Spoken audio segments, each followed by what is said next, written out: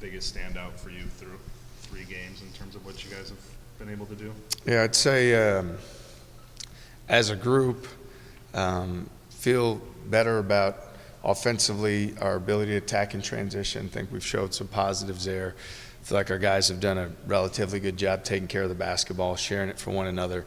And then I'd say like some offensive balance, right? Like different guys on different nights and getting it going. So those on the offensive side, I think. On the defensive side, we've tried to still be disruptive, and I think we've done that. We've created a fairly high amount of steals in these games. We've done a good job mostly on the defensive glass, which is going to be important for us. And I think we've seen different combinations that have been effective. So to get guys minutes in games is important, especially for some of the guys with less experience. A lot of things that we can take away that were positives, but yet there's a ton that we learn and continue to work and improve from. What have you seen from Omaha in the first 2 or 3 games? Omaha is somebody that on a daily basis, he works so hard. He's such a great character guy, and he cares so much about like making the right play and doing the right thing for his team. What we've seen is at times when he gets out there, he wants to do well so badly. He wants to make the right play and do right for his teammates. Where I've got to do a great job for him is just keeping him understand it's just basketball. I want either that smile on his face where he loves playing or that killer instinct coming out. And I think that's, something I'm accountable to, making sure that he feels that way every time he's out there. More of those moments I thought came, in our last game than maybe the previous 2, so hopefully he can build on them. What's it like to coach someone with that kind of emotional investment into the team, the program, and each time's on the court? Yeah, Omaha's a tremendous young man. Really fortunate to have a guy that, cares the way he does, who, the amount of pride he has, even leading into our first game, how excited he was to finally put on a Cyclone uniform and run around the court. You love that. You love a guy who, regardless of the accolades or the acclaim that he's had, is like down for his teammates, is such a good guy and wants to do the right thing. So hopefully, I can do the right, right by him and free him up a little bit mentally and just let him go out there and be him. What has Demarion shown you in terms of being just a spark plug? And it feels like he's got a little bit of that Hassan in him where he can make a really impactful play or 2 in a handful of minutes. Yeah, that specifically in the second half last game, some of the rebounds and plays he makes around the baskets, he cuts and gets a dunk. He's a big-time energy guy. He's done a lot of great things to make plays that have uplifted our team. Certainly somebody on the defensive side that he has the versatility to guard a really good guard, and we've done that last year and we've utilized that. And he can be a guy you can put on a frontline guy and maybe switch some things and disrupt. So really proud of the focus Demarion has kept in that zone, in that space that we need him to be in, because it's, he's had an impact on winning when he's been in the game in a positive way. What has it been like through 3 games so far, having multiple guys being able to take the ball up the floor? What kind of impact has that had on the offense? Yeah, it allows you to play with a little bit more pace and fluid offense than maybe that, I know compare a lot to what's happened before, but it allows more of a flow. It allows more of a pace. It allows you to advance. It allows you to get out a little bit more and not always have to run offense against a set defense. So multiple guys have done it, and they've done a, reasonably good job taking care of the basketball.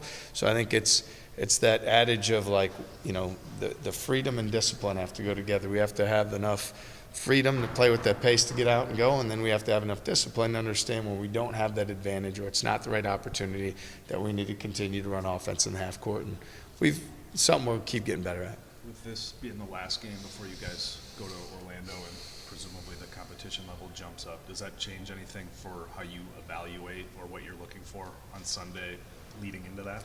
Yeah, I'd say more than anything, it's just focus on, I think the best way to move forward is to play great Sunday, right? And to play the guys that give us the best chance to win. So to me, it's, when guys get those opportunities from game to game, minutes can, change based on the impact you're having on us winning in those games. And we've talked about some of those guys off the bench when they've done that and the impact they've had. Certainly Rob's had a massive impact off the bench. I thought Kurt Jones' last game, you start to see that rhythm coming around. And so I'd say we're looking at it as, we've had a few days to practice, maybe, work on some things, but as we come into the game on Sunday, all the focus is going to be win that game on Sunday and then turn the page from there.